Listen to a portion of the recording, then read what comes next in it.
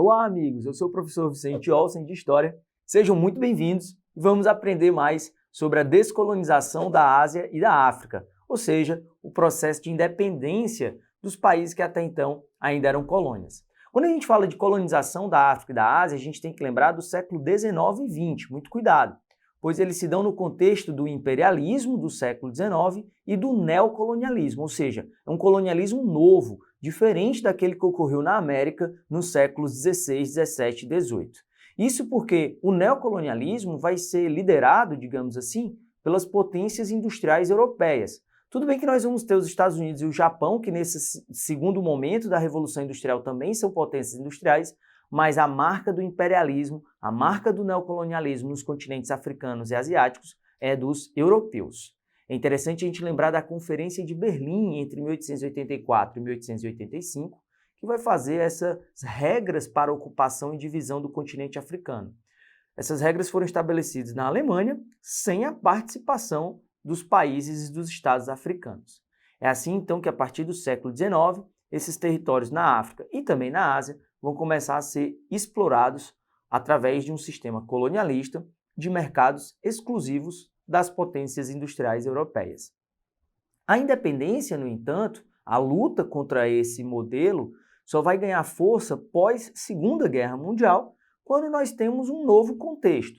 Os países europeus já não são mais os grandes protagonistas econômicos, militares e políticos do mundo, pois no pós-Segunda Guerra o que nós temos é a famosa Guerra Fria. De um lado, os Estados Unidos liderando os países capitalistas, do outro lado, a União das Repúblicas Socialistas Soviéticas liderando o bloco dos países socialistas. E os movimentos nacionalistas nos países africanos e asiáticos que vão lutar então por independência ganham força. Afinal, esses africanos e asiáticos, eles lutaram na Segunda Guerra Mundial ao lado das forças de suas respectivas metrópoles. Chineses lutaram na Segunda Guerra, indianos lutaram na Segunda Guerra, argelinos lutaram na Segunda Guerra, marroquinos lutaram na Segunda Guerra e isso vai desenvolver o sentimento nacionalista. Nós temos um marco muito importante para a luta por essa independência, que é a Conferência de Bandung, em 1955, na Indonésia. Nesse país, eles vão reunir aquelas nações que estavam lutando pela independência. E nós vamos ter alguns princípios dessa Conferência de Bandung que vão reforçar essa luta pela independência.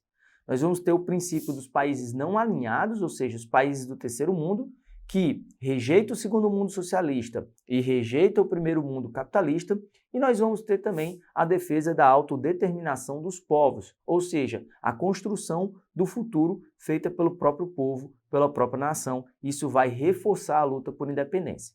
Essa luta por independência ela pode ser pacífica ou violenta. Nós vamos dar destaque para duas lutas violentas que vão ocorrer no continente africano. O caso da Argélia e da Angola.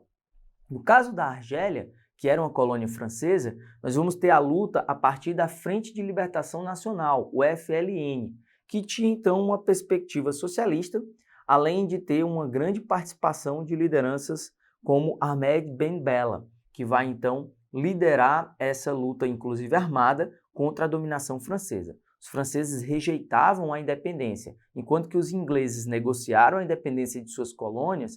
Os franceses vão combater as tentativas de independência, o que gera inclusive conflitos armados.